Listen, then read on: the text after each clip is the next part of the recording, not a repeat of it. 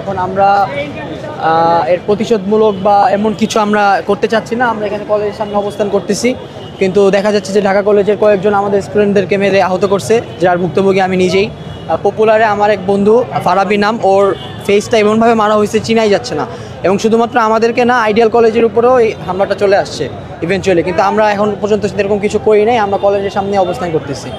আপনাদের বললেন যে আইনিভাবে এগোতে, এখন গাড়ি ছেড়ে তারপরে কি সিদ্ধান্ত নিলেন? না, অবশ্যই আমরা সেটা দেখবো। পুলিশ স্যাররা যেহেতু বলেছে যে আইনিভাবে আমরা সাহায্য পাবো, আমরা এইভাবে আগাবো আশা করতেছি।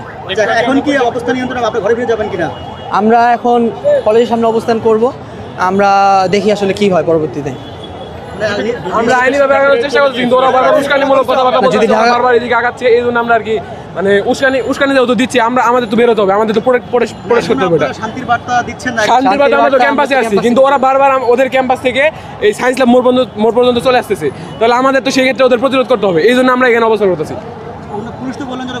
ওরা ঘরে ফিরে গেছে, বারবার আসতেছে, এটা পুলিশ বলতেছে। আমরা তো এখান থেকে বাইরে যাইনি, আমরা তো এই পর্যন্ত ছিলাম। হয়তো তারা সকালে এক বাসে এসে এখানে আক্রমণ করছে, আমাদের এক বন্ধুকে পিঠে ছুরি মারছে, সেই ছুরি পিঠেই ছিল, ওইভাবে সে পপুলার হাসপাতালে গিয়েছে। এখন এইভাবে তারা আমাদের মাঝে মাঝে এইভাবে অতর্কিত হামলা করে।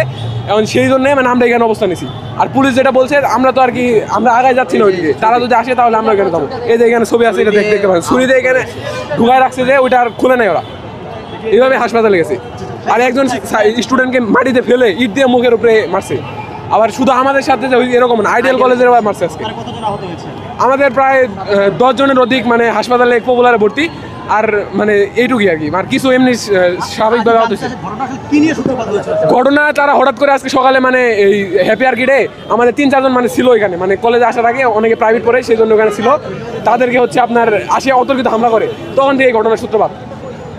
আর তারপরে বাটা সিগন্যালে যারা আসতেছিল, নিউ মার্কেট আজিমপুর থেকে যারা আসতেছিল, তাদেরকে তারা আক্রমণ করে, ওই বাস থেকে নামায় আক্রমণ করে, যে কোনোভাবে অনেক নির্মমভাবে ওদের মারা হয়েছে সবাই।